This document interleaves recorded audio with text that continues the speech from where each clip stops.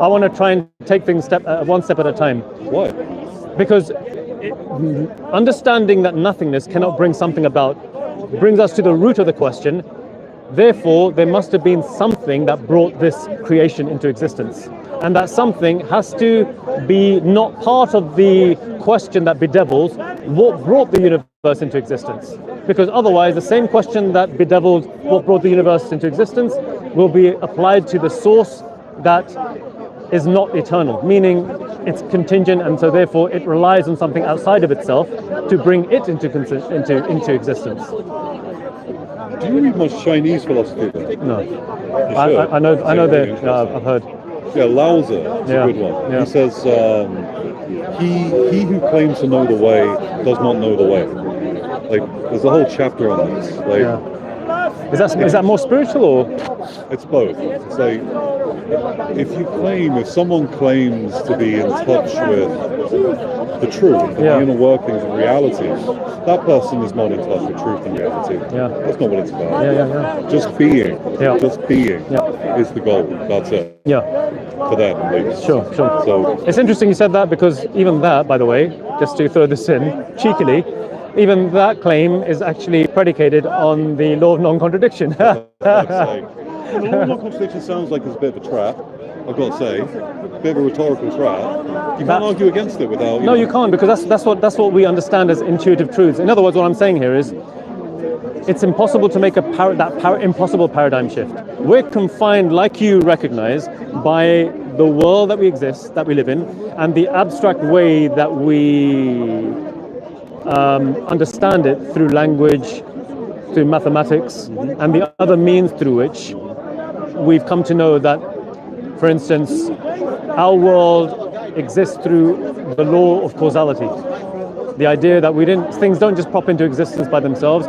Causes come together to bring about effects, and we know this because the majority, all of us, have lived our life, and we make conscious choices that are our causes, and the effects is that, for instance, you decided to walk up to me, or I walked up to you, and we got into this conversation.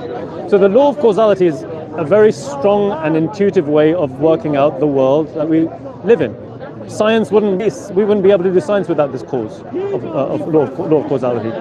So when we take this back to the idea that either the universe was eternal or it had a beginning, if it was eternal, it must have had these causes and effects. If it was eternal and self-contained, these causes would have had to extend into the infinite past. But now the critical question comes, and I think you probably know where I'm going with this. What started was the initiation. Precisely, because of the absurdity of the claim that an actual infinite can exist in the real world.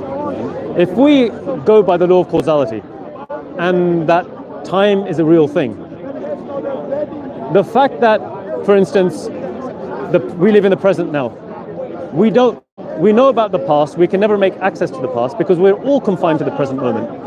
The future is yet to come, but it hasn't yet come, so we can't access the future. What we do know for sure, therefore, is that if this universe was eternal and it's self-contained, there must have been an infinite number of causes extending back into the past. That means that the question arises, would it be possible to reach the present if there was an infinite number of causes going back into the past? Now, some people find that difficult to wrap their heads. Zeno's paradox. Yeah, and one way of getting around to make this concept a little bit easier is as follows. What's your name, by the way? John. John, Hamza. Hamza. Nice to meet you, my friend. I appreciate your time as well. John, look, one way this idea of an actual infinite existing in the real world and the absurdity of it can be proven is through a thought experiment. And one thought experiment I like to give is, John, if I said to you, and I'm the previous cause, you're in the present, I'm the previous cause that will bring about the present moment. If I were to say to you, John, I'm not gonna give you £1 until he gives me £1. And he says, well, I'm not gonna give you £1, Hamza, to give John £1 until he gives him £1. And he says, well, I'm not gonna give him £1 to give me £1 to give you £1 until he gives me £1. Would that £1, if it represents the causes and effects that take place in an eternal universe, would that £1 ever be able to reach us in order for me to be able to give to you? Given infinite amounts of time? An infinite amount of causes and effects is extending back into the past. Well, one would assume that with time it would. With an infinite time, on an infinite timeline, yeah, it would happen. So look, go back a trillion years. What's the biggest number? Whatever the biggest number is, I forget. They have We're talking about like a gazillion. Time of a... Yeah, the length of time of the causes and effects extending in the past. Because remember, we're talking about a universe that is eternal. It never had a beginning. So that entails that there must be an infinite number of causes and effects traveling through the eternal past to reach us at this point. But the question then arises, is it possible for an infinite number of causes to reach the present? If we go by the experiment that I just gave you to make it simple, the pound is traveling, no matter how far you go back into the infinite past, there is still that infinite number, if that makes sense, for the pound to reach us. So the idea of an actual infinite existing in the real world is an impossibility. Now that's not to say that it can't be, you can't make beautiful mathematics out of that, because the infinite has been used to make beautiful mathematics and paradoxes that arise. But that's precisely it. The paradoxes, when they're translated into the real world, they can't obtain. All right, so once again though, we're kind of coming back. In effect, you're kind of arguing my point in a way, which is you're limited. I'm limited. When we're talking about things like infinity, the concept of infinity, we can understand the words, and we can say, okay, I have a grasp of what we're talking about here. But your head is only this big. Exactly. My head's only this big. Exactly. And if we're being honest, it's very difficult to wrap our head around an infinite, right? Not just difficult, I believe, but impossible. Thank you. You know what, John? I think you just proved your point and my point here as well. If it's impossible for us to wrap our head around it, meaning that the infinite can only exist in our mind in order for us to recognize. Oh no! Wait. I didn't say that. Okay, but let me show you why it entails that. All right. The infinite, if we can't wrap our head around it, is it possible for the infinite, therefore, to exist in the real world? Yes. And what I mean by that is... Yes. Okay, so what I mean by that is... I can't wrap my head around my girlfriend. Jesus. Okay, I'm not on camera. I'm not going to say that about my wife because sorry. I'll probably find my suitcase outside the door. I have a question. Why do you have 1, 2, 3, 4, 5, 6, or maybe 7 cameras? Like, mate, what is that? I think you're photogenic. No, fuck off. That's like a real thing. Like, why are people doing this? Mate, it's the nature of the world. It's the nature of the world, mate. Trust me, I'm old school. I wish it was just one-on-one, like back in the day when there was no bloody internet, and we used to stand up on the ladder like I used to, and we used to just talk, and then get down and have a real human conversation, no egos. As soon as the camera comes on, there's egos come in the way, and people, you know what? You could tell them that the sun is out, and because the camera's on, they'll say, no, it's not. And you're thinking, mate, you know what? This is where we end the conversation, you know? And it's... Back to the infinite. Sorry, back to the infinite. The infinite I'm representing here, right, is the real world. The real world, like we mentioned, is the human world. The human world that we can't make a paradigm shift out of. And we can only try and understand it based upon our limited concepts, right? Mm-hmm. So based upon our limited concepts, we can make certain inferences that are properly basic. All human beings have to agree to it. Sure. So people like those mathematicians like Cantor and David Hilbert, who delved into infinites, even they recognize that infinites can lead to paradoxes. Now, that's on paper. That's existing in the mind, trying to work things out.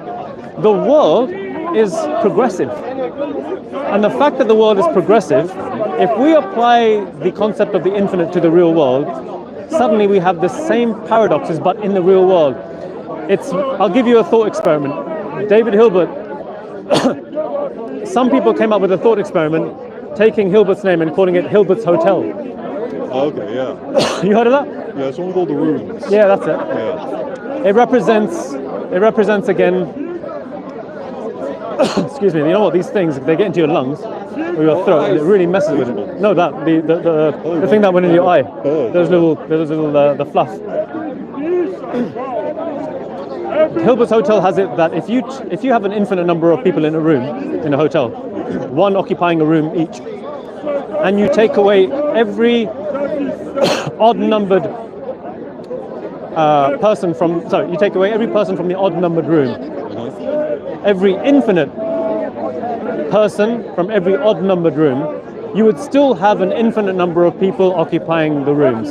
Right. So that demonstrates the absurdity of a real-life hotel, of an infinite number of people occupying an infinite number of rooms. Very well. Very well. Okay. Therefore, if an actual infinite is impossible, you can't have an actual infinite, and therefore the universe must have had a beginning. So, give me a second. Just mull over that. Yeah.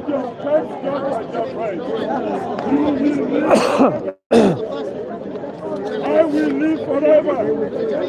It's not a matter of opinion. You will live Well, I hear a point here. So I think fair enough. If we're talking about things like hotels and people and such, and putting that into a set of infinite, fair enough. But that's a bounded set. That's a hotel and that's people. But whatever's out there in the cosmos, not the universe, but the place where the universe sits, the cosmos, the greater expanse, and so on. I can't see that happening. Okay. So it's like I can't carry this conversation forward because my voice is gone. I'll tell you what. Give me a second. All right there, fucking. Wow. Okay. So you're saying that the hotel is, you can understand the absurdity behind the hotel. I understand the absurdity behind a hotel, but But you don't think that it represents the real metaphor world? itself is still bounded. There's still a boundary. There's still a concept of a hotel. And we're talking about infinity here on Earth, and that's still a boundary. Yeah. That's just us here on Earth, and lifespans and so on, and human history. Go back. There's a couple of fellas over there who've been having an argument apparently for months now, and neither of them have a proposition. They're just yelling at each other about where the people come from. Chicken and egg, monkeys, God created us. Okay. There's no resolution. Well, maybe when we reach that point. They still nonetheless have boundaries, and the boundaries are human. We make these boundaries for ourselves because we are limited. Yeah. Understanding and our intuition of what's going on in the greater scheme of things. So that's where I begin. That's my first premise. So is that what's stopping you from recognizing that if the universe had a beginning, that the universe must have a source that not only is outside of the universe, because if it was bounded, the law of the causality exists and time exists. It stops you from having an opinion on it. Yeah. From having a belief on it, a solid thing. If I can recognize that the universe, at the same time, if I can conceptualize that the universe has a beginning, and I can conceptualize the universe does not have a beginning, in some kind of ouroboros, then okay, I can hold both of these thoughts in my head at the same time, and neither of them is particularly, neither one of them is more compelling than the other one, because fundamentally, I approach this from a position of, I don't know, I have no idea. I like the idea of it having a beginning, that's nice, but let's go, feels good, but that feels weird. So let's go with the more plausible, because I think that the I don't know is an I don't, either it's I don't. But that's a dangerous word, that plausible. That's a very dangerous word. Why? We make plausible decisions. But how do we test? But John, we make plausible. How do we test? I'll tell you. I'll tell you how we test this. We make plausible decisions based upon our limited knowledge all the time, and we live by it and we die upon it. Oh yeah. Right? Oh yeah. Exactly. And those are part of things that don't even require us to have basic truths about things. Yeah, I believe the bus driver knows how to drive. Exactly. Yeah. And so we're willing to base our entire life on decisions that are probabilistic in nature because of experiences that we've had. Yeah. We hope that the bus driver will not crash. Yes. We hope Yes, that we do. right? Yeah. But we're talking about fundamental aspects existence of the of the world itself. Yes. And so you can't, we go back to the beginning of the conversation, which was me trying to impress upon you that the law of non-contradiction, Nothing cannot the be law of something. bivalence, these bivalued laws, they undergird truths. To bring it back to something cannot come from Exactly, nothing. exactly. And I would say that what could be more obvious than the opposite of something being nothing? And for someone then to come along and say, I don't know, or oh, it's probabilistic, it's within the paradigms. I agree it's within our human paradigm, but that shouldn't stop us from asking those questions that rely upon these laws.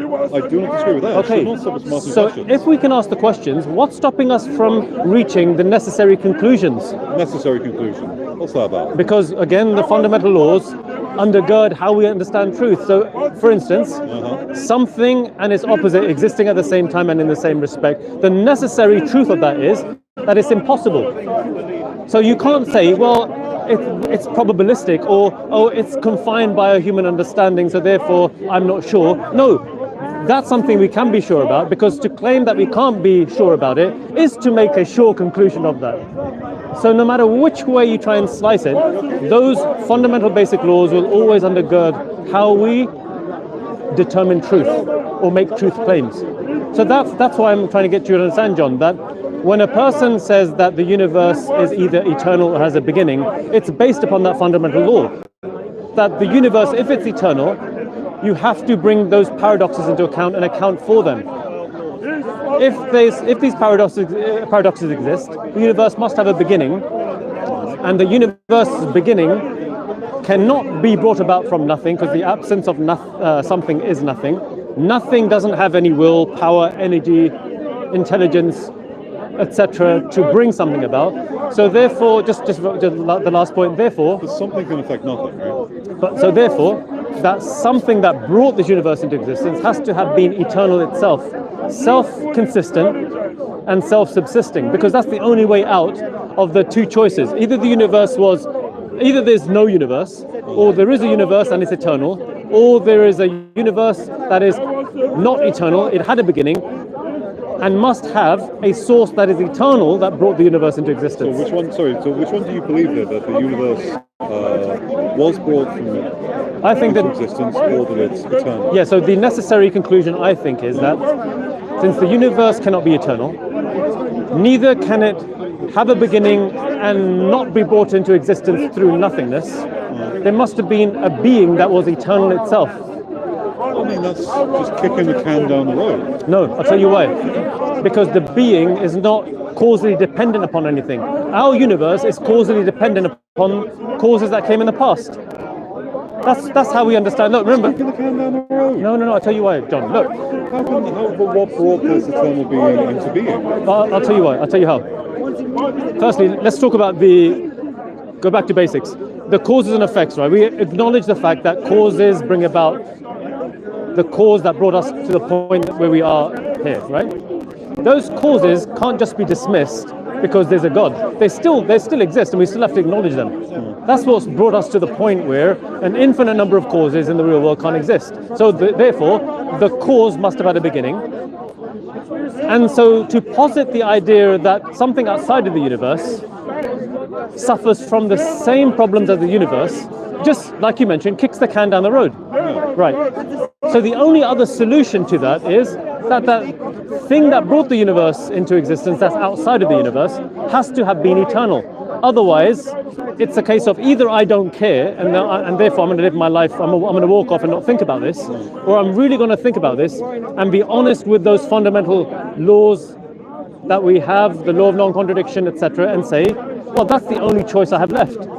So from that, when God says, oh, were they created by nothing, what he's driving at is that he's getting the person like yourself who's an agnostic to realize that there are certain fundamental problems with claiming that the universe didn't have a beginning, or it had a beginning, but there was no cause outside of itself that brought it into existence. If the cause that brought into existence is an eternal being, then you might as well say this an eternal universe. Why not? Why not? No, because remember, look, I think you're. But why not? I'll explain to you.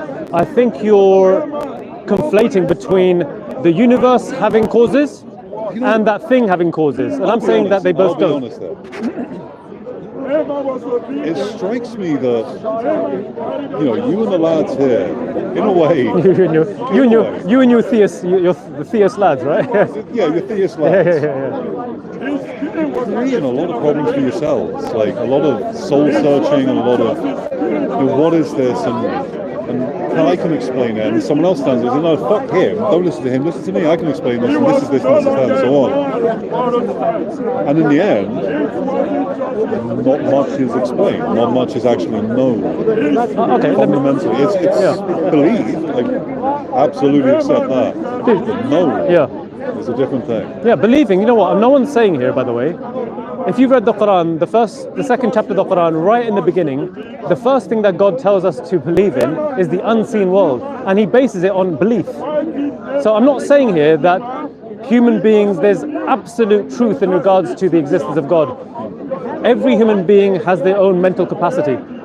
And if there is a God that brought the universe into existence and has this incredible, firstly, just to fast forward, if there is this being that is eternal, it must have had the power to bring the universe into existence, because we're being told by the experts of the world, the physicists, that, like you mentioned, there are 4 fundamental constants.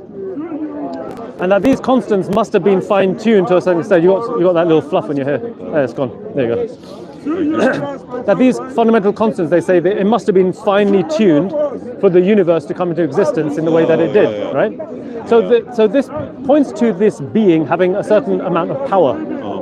Number 2, the being that brought the universe into existence must have had volition, a will. We have a will, we have volition, we choose to do things within time. So this being must have had a volition. Number 3, this being must have had intelligence, because it is intelligence and knowledge that implanted within this universe the idea that there are 4 fundamental constants. If they were slightly out of tune, as Paul Davies and other physicists tell us, then the universe as we know it either wouldn't have come into existence, or it would have remained inert. But the fact that the universe progressed from a point of chaos to a certain level of harmony, which exhibits these laws of causality that exhibit a certain level of order, which only, by the way, human beings 13.7 billion years later who think at the abstract level will be able to penetrate the mysteries of the world and see these laws taking place, such that they make a periodic table, they can make incredible predictions about the world through inferences based upon previous knowledge that they've acquired of the world. It's extraordinary. So the being that brought this universe into existence must have had a certain amount of knowledge. And what we're saying here is that this concept of a belief in God is so basic that as Muslims we call it the fitrah, a natural instinct in the belief in a transcendent being. And it's proven again, I use the word proven in a you could say in a loaded sense, but my point here is that it can be known through the intellect, through plausibility and reasoning, and number 2, through instinct. The instinct is that when we, for instance, are in danger, I don't care if you're an atheist on a plane and that plane is going down, the instinct is to look up. And our scholars in Islam of the past 1400 years have said that this is a proof of a basic belief in a being that is transcendent and beyond this world. And it compels the human being. It's what the atheists refer to as the God problem. The idea that it's utilitarian, that human beings all over the world since time immemorial have believed in a being outside of themselves in order to, utilitarian type of utility, where you can go through life acquiring the best and not falling into chaos. Being good to each other, love for your brother what you love for yourself, and all the rest of it. Exactly, a moral framework. So those are the 2 concepts that in the Quran, if you read the Quran, I'm not sure whether you've ever read the Quran. No. Okay, God takes it as a given that the vast majority of human beings believe in him. So he doesn't really try to impress upon the atheist the belief in God. In the Quran there's a verse where God says, "Afillahi shak?" Is there any doubt? فَاطِرِ السَّمَوَاتِ وَالْأَرْضِ, in the originator of the universe. And he just leaves it there. He says, is there any doubt? And so that verse that I gave you at the beginning of this conversation, or were they created by nothing, or did they create themselves? Obviously, we're part of the created domain, and we came into existence as part of the created domain, so we are not the solution to where the universe came from. Or were they the creators of the heavens and the earth? We know that we didn't bring the universe into existence because we're part of the universe. And then God says, بَلْ لَا يُؤْمِنُونَ, they have no certainty. The certainty is that the universe had a creator that brought it into existence, and to say otherwise is to face the problem of the universe having an infinite past. That's, I was going to do that, Yeah, I mean, I appreciate it. I appreciate it. I appreciate your time. No, it's fine. I mean, fundamentally, we're not going to agree. Yeah. That's where it comes down to, isn't it? No worries. No worries. That's something to mull over. Something to mull over. Have you heard of these arguments before? I've heard some of them. Yeah. Well, like one of them that I was thinking of there was the idea of God as a universe, not as an external. Because that is kind of humanistic, you know, because we are external to this. You know, we're locked in here, each one of us. There's no getting out. We can try, but there's no getting out. Yeah. And so we conceptualize God as this external thing as well. But God as universe, the universe as God. Yeah, that's kind of attractive, and also from the Eastern sense. Yes, creatio. They call it creatio ex Deo. The idea that God created the universe from Himself. From Himself. Yeah. But I like that one. Yeah. That's a nice one. Yeah. But the universe again still has a beginning, and the God must have been prior to the universe to be that force that brought the universe into existence, so that we can escape the paradox of an infinite universe. But at the same time, our fundamental concerns are things like, did I leave the gas on? Yeah. I've got to pick up the kids. Yeah. Fucking reform. Yeah. Fucking reform, taking all those seats. Oh, yeah. Jesus Christ. Oh, yeah. Fundamental concerns there. There's change in the world. Yeah. And then there's, all right, where does the universe come from? How did this all come to be? That is so much. It's like when we're talking infinite. That's like there's an infinite divide between those two things. Those two concepts. Can I quickly address that? And I'll make it real brief because I know you're giving me a lot of your time. No, anything I say, you can say, "Oh, can I briefly address that?" Go on. Okay, I appreciate it. Look, I think the belief in a being outside of this world, or if you want to call it part of this world, that has a great a near infinite amount of power, knowledge, something beyond our comprehension. I think that has a fundamental effect on our purpose in life. I think that completely shifts the notion of morality, whether morality is subjective or objective, whether this God who placed within the universe this fine tuning and order that progressed from a point of chaos to harmony, where we find within the world, from the smallest possible subatomic particles to the greatest things within the universe, purposes that all correlate together, that the whole demonstrates these purposes, but we don't have a purpose in life. I accept this. Yeah, so the idea that the Creator brought all this into existence, brought human beings who can think at this abstract level, and didn't give us a blueprint as to our purpose in life, I think that's even more of a intellectual. It's not so much a leap as it is an intellectual question of suicide, intellectual suicide. Just be curious, just set the wheels in motion and see what happens. Why not? Yeah. So look, our purpose in life: we live, we try to be the best person that we can be. Okay. So yeah, actually, this is a nice way to slip away from this point. Both of us. Yeah. If your way makes it so, if your the concept of an external creator makes it so that you can live a just life, a reasonable life, and a just life, much more power to you. That's great. Yeah.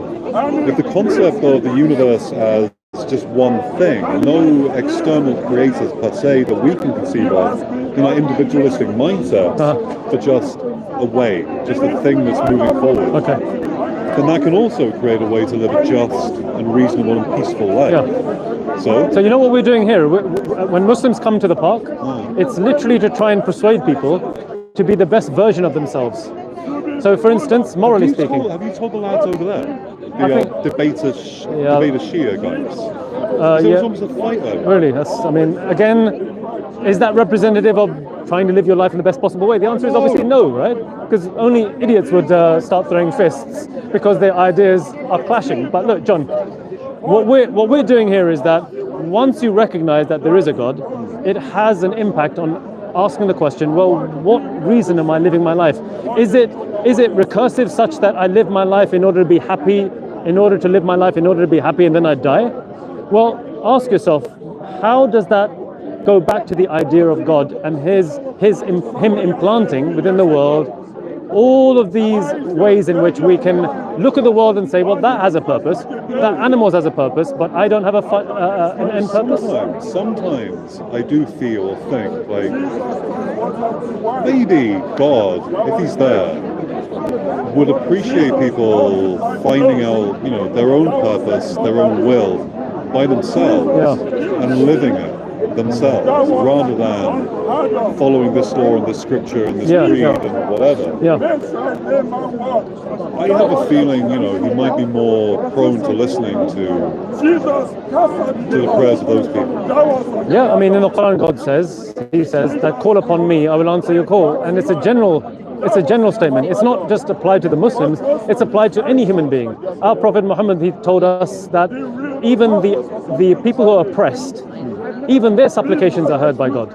So in other words, the idea that that God is aloof and exists such that he doesn't know what's taking place on the world, he's created this world and he doesn't know what's taking place, I think is fundamentally flawed, because we as limited human beings, we recognize that in our world, we are social creatures that can only exist in harmony with each other by recognizing these a priori notions that, if we come together and we lie, steal, be rude to each other, it won't be in our best interest to live a productive life. I think that's a fundamental aspect of the human existence. Atheists will say that, well, that's part of the utilitarian notion of getting your genes to progress. But I think that's just too benign. There's no heart there. And we human beings, the most that we have is a concept of love and mercy that we are constantly displaying amongst each other. I don't care. Do you know the word God spark? Yeah, God spark. It's a word, I can't remember who said it, but it was like a word this guy used when talking about the hard problem of consciousness.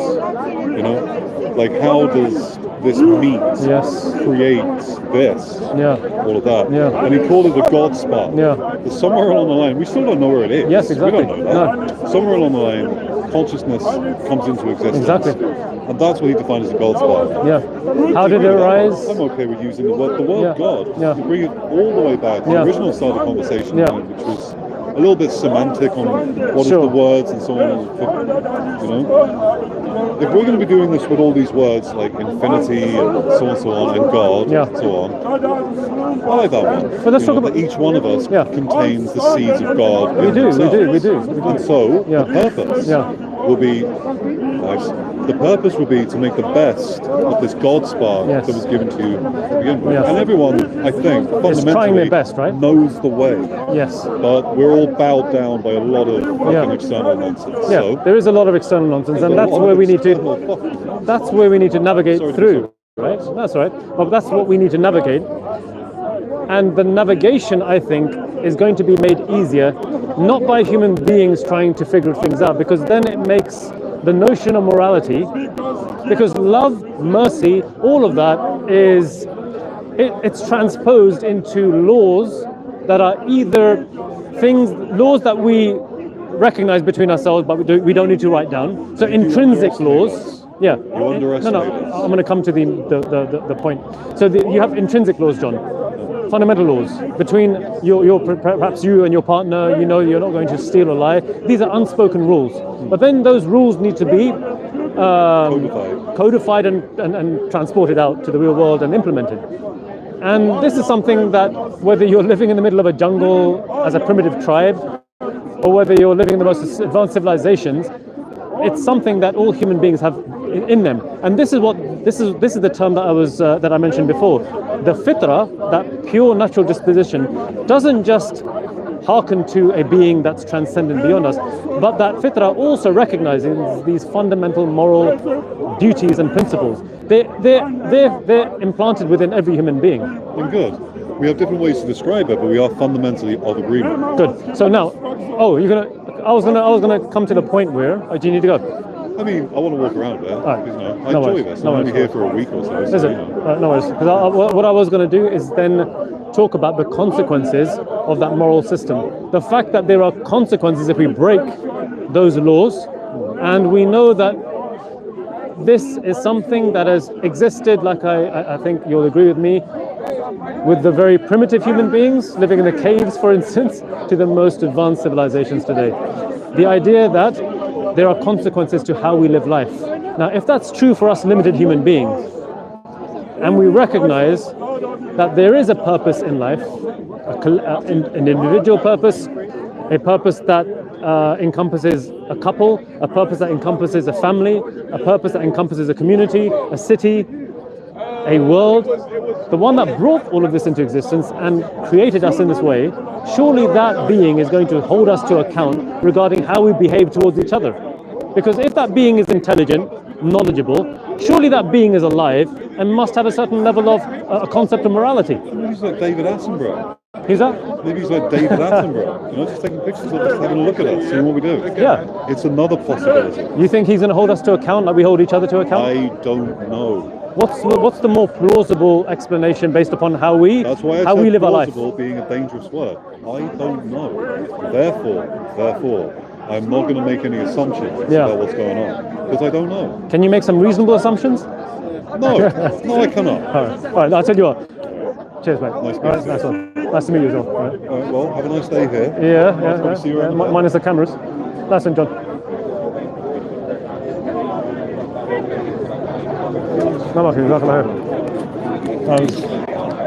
Atheism. No, sorry, he's an agnostic. Sorry, agnostic. He's an agnostic. Okay.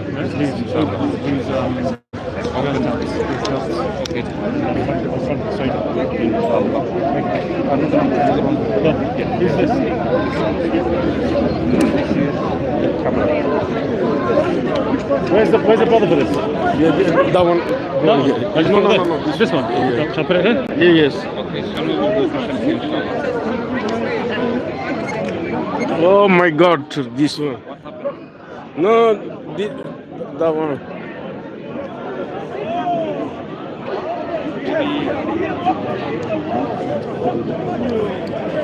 The good news about Jesus Christ. The battery becomes rapid. Yes.